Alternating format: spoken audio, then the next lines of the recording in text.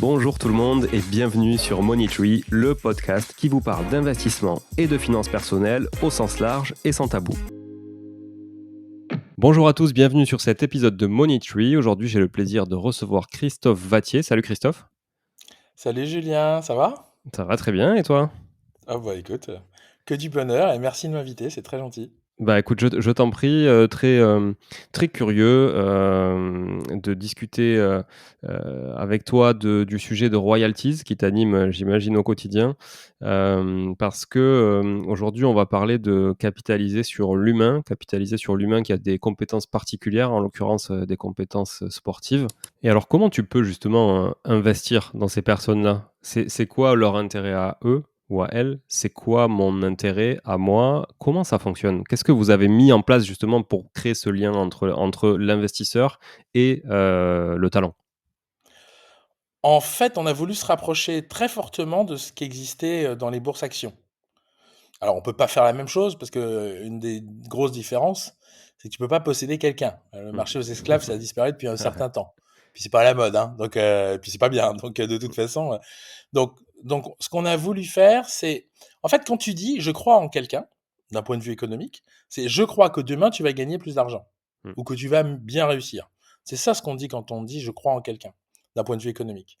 Donc du coup, on a voulu pouvoir retranscrire ça. Alors on l'a fait de 2 manières possibles. La première manière, c'est qu'on a fait un premier type de contrat. Alors nous, on a travaillé avec des gros cabinets américains parce que tout ce qu'on fait, bah, ça peut se faire partout sur la planète. Donc il fallait qu'on mette en place un cadre juridique qui fonctionne partout. Donc on a tout de suite travaillé avec des très gros cabinets, comme Baker McKenzie, enfin des gens comme ça. Et on ce qu'on a le premier type de contrat qu'on a mis en place, ça s'appelle le contrat de revenu. C'est comme les actions. En gros, je préachète un talent, une personne, un pourcentage de ses revenus dans le futur. J'achète un pourcentage des 10 prochaines années de tes revenus. OK. Donc, imaginons, je dise, attends, tes podcasts là, ils vont cartonner. Tu vas faire des tonnes de revenus publicitaires. Les gens et les marques vont se battre pour venir sur ton émission. Tu vas pouvoir monétiser ça de manière très forte. Bon, bah, je vais faire. Ok, j'estime que tu vaux, je sais pas, comme pour une boîte, hein, tes revenus sur les 10 prochaines années, j'estime que ça vaut tant. Mettons, ça vaut 2 millions. Voilà. Je passe un contrat avec toi. Je vais te dire, écoute Julien, voilà, moi je vais t'acheter 5% de tes revenus futurs. 5% de 2 millions, c'est 100 000 euros. Donc moi, qu'est-ce que je vais faire? Je vais aller sur le marché, je vais vendre pour 100 000 euros de ROI de toi, Mmh. je te les donne, à toi, OK. et je vais te demander en échange, pendant les 10 prochaines années, que tu me donnes 5% de tes revenus. OK. Très clair. Donc si tes revenus explosent, bah, ceux qui ont investi sur toi vont gagner plein d'argent. S'ils sont comme prévu, bah, ils vont s'y retrouver. Et puis si jamais au bout de 2 ans, tu me dis: «J'en ai marre, je vais aller vivre sur une île, et faire de la pêche», bah, tu auras plus de revenus, donc 5% de zéro, c'est zéro. Bah, ils auront perdu leurs 100 000 euros. OK. Donc si j'essaie d'illustrer un peu pour que ce soit plus clair, je suis investisseur, je vais sur la plateforme, je choisis enfin, je crois en quelqu'un ou alors je viens même avec des a priori sur quelqu'un, donc je viens pour investir sur lui via royalties. Heu, Prenons, tu citais Antoine Dupont, mais on peut en prendre un autre.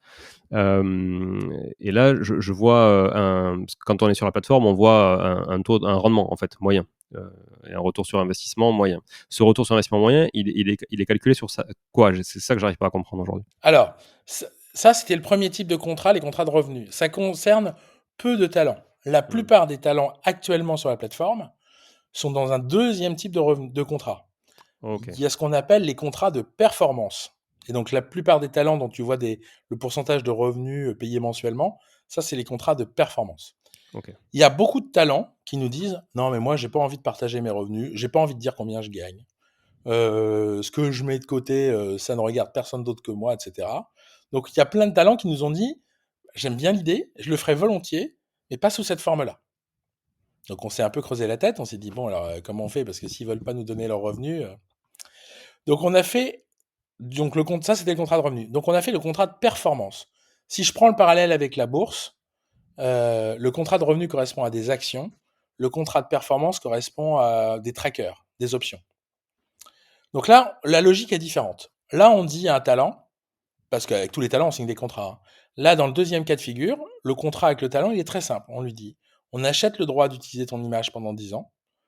On achète l'exclusivité. Tous les talents qui sont sur la plateforme sont exclusifs pendant 10 ans sur la plateforme. Et 3, tu vas faire de la publicité pour dire à tes fans qu'ils peuvent investir sur toi en venant sur royalties. Ça, c'est le contrat standard qu'on passe avec le talent. Dans ce cas-là, 1, on lui demande pas une valorisation, on calcule pas avec lui une valorisation de ce qu'il vaut. Et 2, on lui demande pas de nous donner une partie de ses revenus.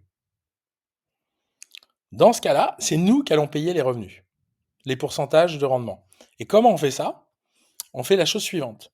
Nous, on a pris ce qu'on appelle des quants. C'est des mathématiciens spécialisés en salle de marché. Et ils ont développé des algorithmes pour émuler, calculer combien gagne un talent. Je te prends un exemple concret.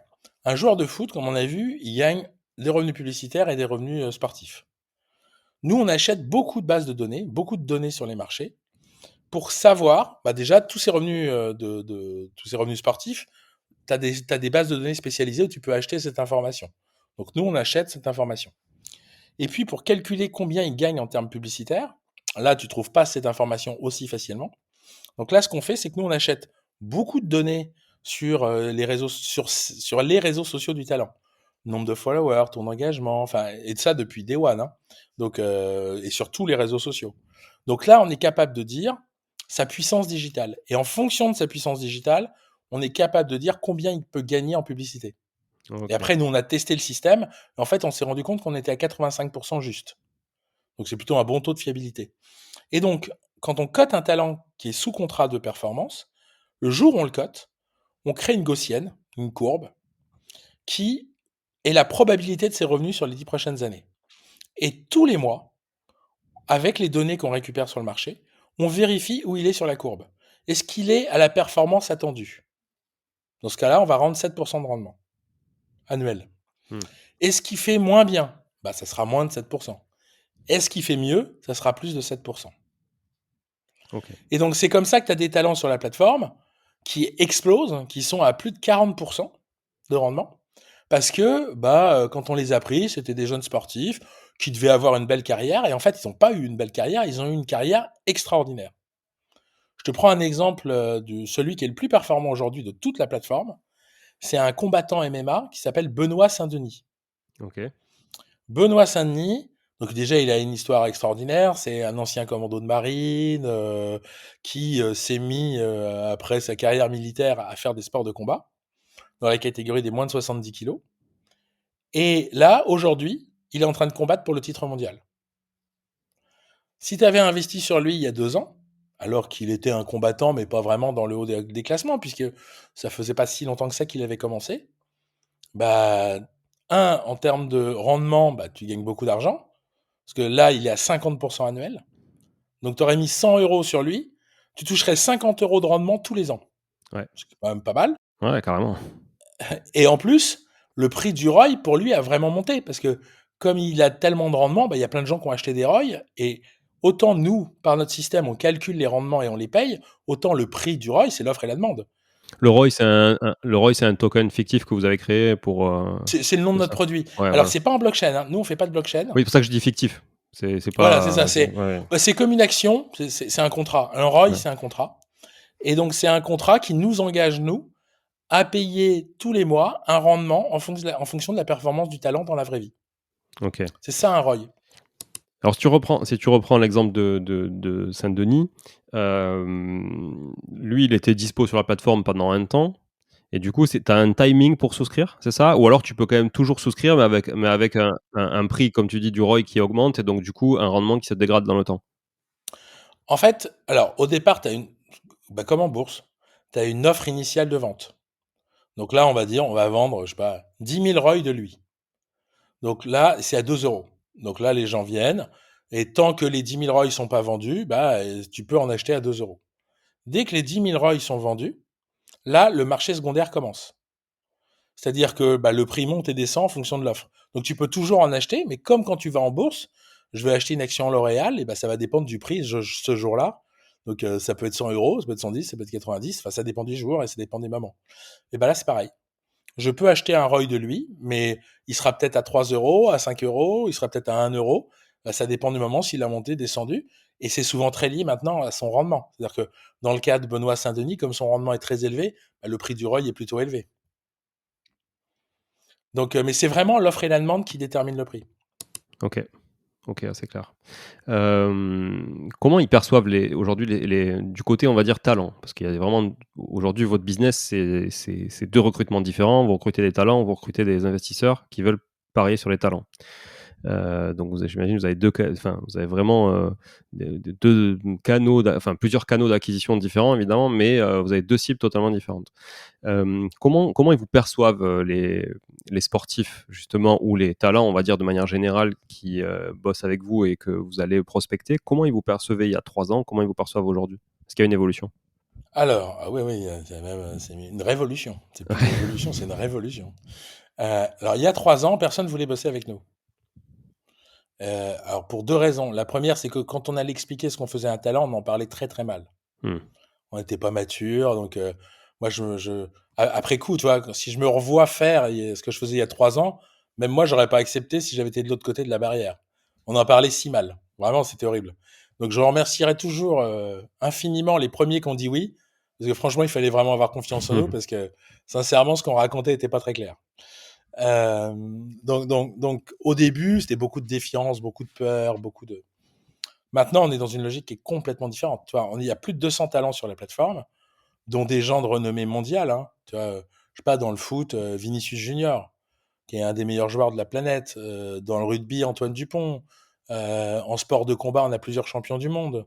En tennis, on a presque 10 joueurs du top 20 mondial. Enfin, donc aujourd'hui, on a des références mondiales. Donc les gens sont rassurés, les talents sont rassurés.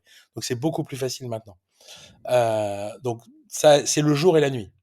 Pour être très honnête, le jour et la nuit. Ensuite, derrière ta question, c'est mais pourquoi un talent dirait oui?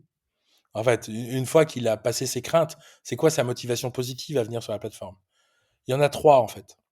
La première, bah, déjà, ils touchent de l'argent. Donc, et même des gens très connus qui gagnent beaucoup d'argent, bah, voilà, ça ne fait que renforcer le fait qu'ils sont les meilleurs, ils continuent à en gagner plus. Donc je connais pas beaucoup de talents qui écoutent pas les offres qu'on peut leur faire. Voilà, même des très riches et des très connus. Après, la deuxième motivation, c'est que c'est une manière pour un certain nombre d'entre eux de dire à leurs fans: «Écoutez, vous avez une nouvelle manière de montrer mon attachement à ce que je fais». Jusqu'à présent, je suis fan, je sais pas, quel que soit le sport, de quelqu'un, tout ce que je peux faire, c'est dépenser de l'argent sur lui. Acheter, un maillot, acheter des tickets pour aller voir les matchs, et cetera, et cetera. Là, je peux investir sur lui et si j'investis intelligemment, bah, je peux gagner de l'argent grâce à lui. Donc c'est un autre rapport entre le fan et le talent, puisque le talent peut devenir une source de revenus pour le fan. Donc ça change le rapport et il y en a qui ont bien compris ça. Et puis le troisième intérêt, alors il est que pour certains talents, mais souvent les plus gros, c'est que sur la plateforme, tu regardes, c'est principalement que des gens très connus qui ont pas besoin de nous pour vivre. Maintenant, on commence à mettre, et on va le faire de manière beaucoup plus importante cette année, des jeunes talents. Mmh. Donc des gens qui peuvent parfois manquer d'argent pour exprimer justement leurs compétences. Je te prends des exemples dans le monde du sport. Je sais pas, je suis un jeune qui joue au tennis. Si je veux percer, il va falloir que je fasse quand même pas mal de tournois en Europe ou dans le monde, parce que sinon, mon classement va stagner. Si je reste, dans ma région, je vais pas aller très loin. Sauf que, bah, ça coûte vite très cher. Prendre l'avion, le train, les nuits d'hôtel et cetera, et tu pas sûr de gagner, enfin loin s'en faut même. Donc au départ, c'est un vrai budget. Et si t'as pas assez d'argent dans ta famille ou autour de toi, bah, tu peux pas le faire. Et donc il y a des gens qui ont beaucoup de compétences, qui pourraient réussir, mais qui ont pas forcément l'assise financière familiale qui leur permet de le faire. Et bah, mais c'est vrai dans la musique, c'est vrai dans plein d'autres domaines, hein. Et donc, bah, quand tu es coté sur la plateforme, nous, on va payer le talent d'une manière ou d'une autre, il va toucher de l'argent. Et donc cet argent, bah, ça va l'aider à réussir.